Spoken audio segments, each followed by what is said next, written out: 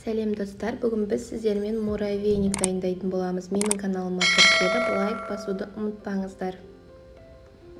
Ол үшін бізге 4 стакан ұн, 100 грамм секер, 200 грамм сары май және разрыхитель 100 грамм майонез керек болады.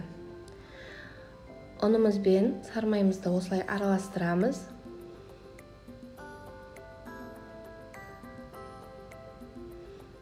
Одан кейін үстіне 100 грамм майонезімізді саламыз.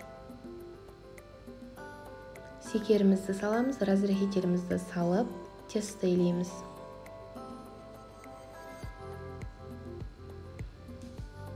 Қамырымызды илейміз және де илеп болғаннан кейін 1 сағатқа мұздатқышқа немесе 3-4 сағатқа холодильникке салып қоюға болады.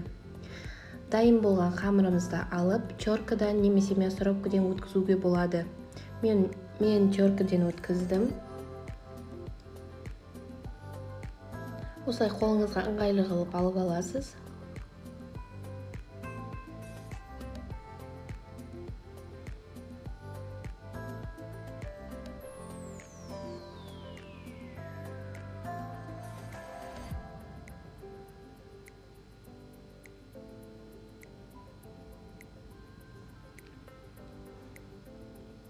Өткізіп болғаннан кейін 180 градусқа 10-15 минутқа салып қызартып аламыз.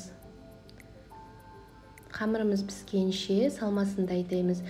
Мен деген 100 грамм сары май және де 1 банка сгущенка және ақ сгущенкіден араластырдым.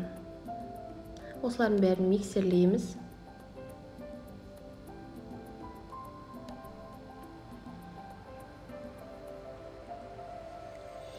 Дайын болған қамырымызды аламыз, осылай салып уақтаймыз.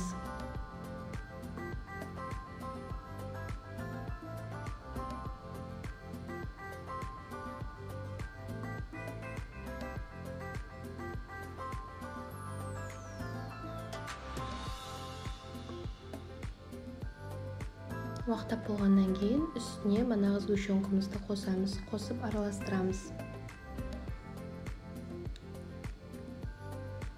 Дәмі өте керемет, жұмсақ болып шығады. Жасап көріңіздер, ас болсын.